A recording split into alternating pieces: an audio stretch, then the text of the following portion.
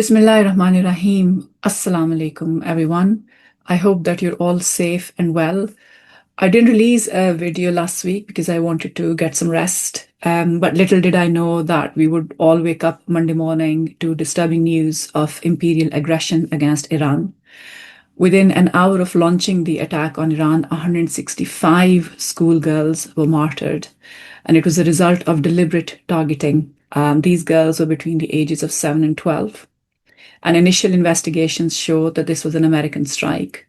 So this war started with a crime against humanity, and we have then seen rapid escalation since.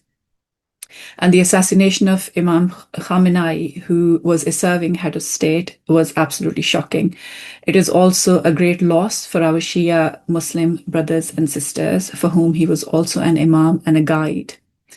So this video is about reminding ourselves that we are inheritors of a great faith tradition that condemns racism and exhorts believers to a faith-based commitment to belief in equal humanity for all. As Paulo Freire says, the project of humanization is a constant struggle, and I will set out the case that it is exactly what is needed now in the middle of this crisis to help us to return to sanity and compassion. I remember thinking that day when the girls' school was struck, are all the bombs in the world for brown bodies? Are our children's lives so worthless as to be used to create shock value and break society?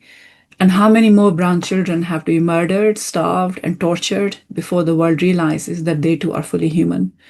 And when the deaths of brown or black kids are reported by mainstream media, we only hear the stats: 165 dead, 38,000 dead. We are rarely shown innocent faces. We are never told their names. We don't see dusty stuffed toys scattered about in the aftermath. No one cries.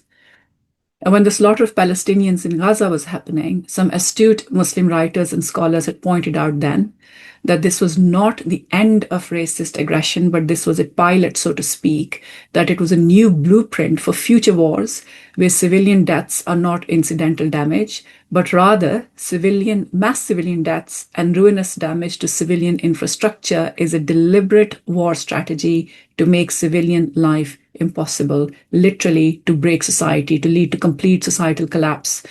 And with Iran, we now know that this hypothesis is correct. Not only that, there have been no consequences for committing war crimes in Gaza. This means that the rule of international law has been seriously weakened. We are now living in an era of racist, aggressive empire that is only interested in power and resources with no regard for human beings and Mother Earth. We've also now reached a level of dehumanization of brown bodies that is sometimes beyond our cognitive capabilities. I mean, I've sat at home sometimes thinking, how do I process this? And how do we talk about this at our dinner tables with our brown children?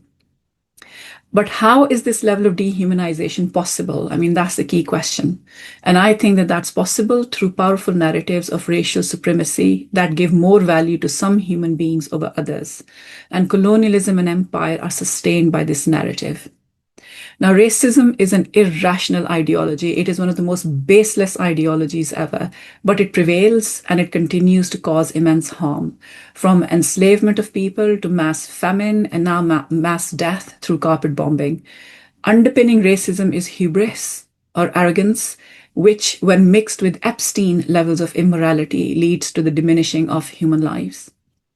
Now, as a Muslim woman born and raised in Pakistan, I come from a former British colony. We were never taught colonialism at school, and we were never taught indigenous history at school. And so I never really understood the sinister nature of colonialism. And it was only after I moved to the West that I started to get deep insight into colonialism and how effectively it detaches the colonized from their own history, and how powerfully it convinces the colonizer of his supremacy. And it took 10 years of research within the Western Academy for me to start understanding why history matters.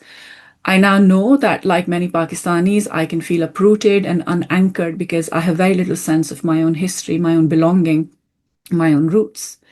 But it is also here in the West that I started to learn about racism as a systemic problem. And I want to repeat this: racism as a systemic problem. Humanity is basically divided into white and non-white people. Non-white people needed to be taught how to civilize themselves. Now, Edward Said's brilliant book, Orientalism, brought more insight in terms of how these kind of civilizing narratives function in this colonial context. And only then was I better able to understand the profound hikmah or wisdom in the well-known Quranic verse from Surah Al-Maeda. And you will be familiar with this verse. You would have heard it many times, but there's a particular point in this verse that I want to tease out. So this is Surah Al-Maeda. This is chapter 5, verse 32 of the Quran. On that account, we ordained for the children of Israel that if anyone slew a person, unless it be for murder or for spreading mischief in the land, it would be as if he slew the whole people. And if anyone saved a life, it would be as if he saved the life of the whole people. Now, the verse was originally addressed to Jewish people at the time of the revelation of the Quran, but the verse establishes a key principle for Muslims. We are usually taught that this verse is about sanctity of human life, and that is correct. This verse is about the sanctity of human life. But increasingly, as I continue to develop a decolonial lens, I ponder over the mention of all of humanity in this verse. One unjust killing is like killing human beings as a collective. Now notice the Arabic words here. If you look up the Arabic, فَكَأَنَّمَا قَتَلَ النَّاسَ جَمِيعًا. Literally murdering the jamiyat or humanity as a collective, murdering the collective of humanity. So the Quran was establishing that there are no gradations or degrees of humanness. All human beings are fully 100% human. No human being is more human or less human than another. The Quran also tells me about the origin of racism in the creation story. In Surah Al-Baqarah, in verse 34, we read, "And behold, we said to the angels, bow down to Adam, and they bowed down. Not so Iblis, he refused, and he was haughty. He was one of those who reject faith."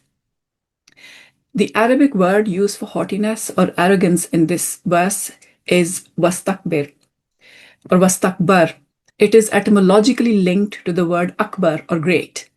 It means that Iblis thought he was too great to bow to Adam. And it's quite stunning, really, that the Quran then tells us about how this arrogance translates into reasoning. So what reasoning or logic does Satan use to justify his hubris? This too is answered in the Quran.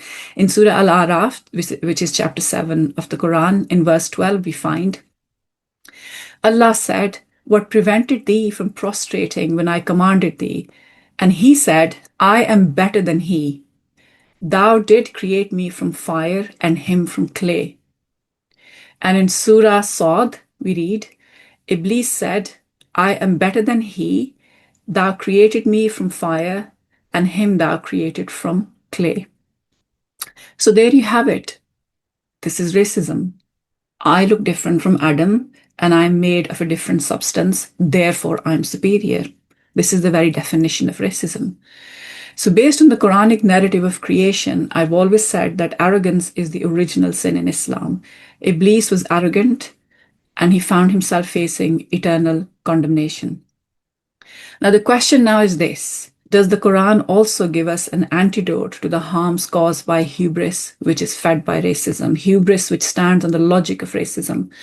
The answer is yes, the Quran does give us an antidote. And it does so, first, by reminding us that we're all 100% human and equal in our humanity and joined in our humanity. Remember the word jami'an, which I just read out from Surah Al-Maeda. But the Quran goes further. It tells us in Surah An-Nisa, in the first verse, that we have all been created from the same being. And by doing so, the Quran is establishing ontological equality in humanity, as well as what we now call gender equality. The Quran further reminds us in Surah Al-Hujarat, "O mankind, we created you from a single pair of a male and a female and made you into nations and tribes that you may know each other, not that you may despise each other. Verily, the most honored of you in the sight of Allah is he who is the most righteous of you, and Allah has full knowledge and is well acquainted with all things." This is Surah Al-Hujarat, verse 13. And then the Quran tells us in a beautiful verse in Surah Ar-Rum that diversity in language and color is a sign of God's majesty as a creator. So this is Surah Ar-Rum, verse 22. "And among his signs is the creation of the heavens and the earth, and the variations in your languages and your colors. Verily, in that are signs for those who know. So our diversity of language and color was to be celebrated for its richness. And yet, narratives of racial supremacy pick one color over another and consign the rest to the pile of diminished humanity. The trials that have befallen the Muslim community in the last 100 years, and specifically in the last 3 years, offer a moment of pause. We are the inheritors of a great faith that embeds the humanization project into its theology.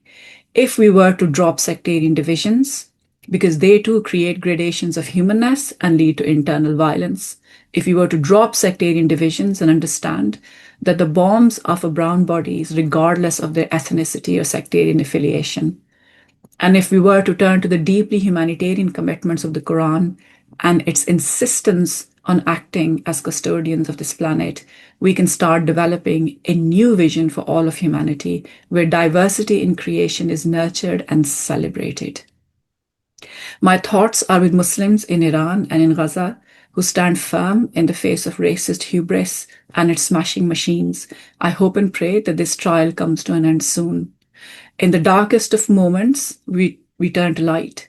So may this Ramadan be a turning point in our history when we stand together as a faith community and uphold the humanitarian commitments of the Quran for all people.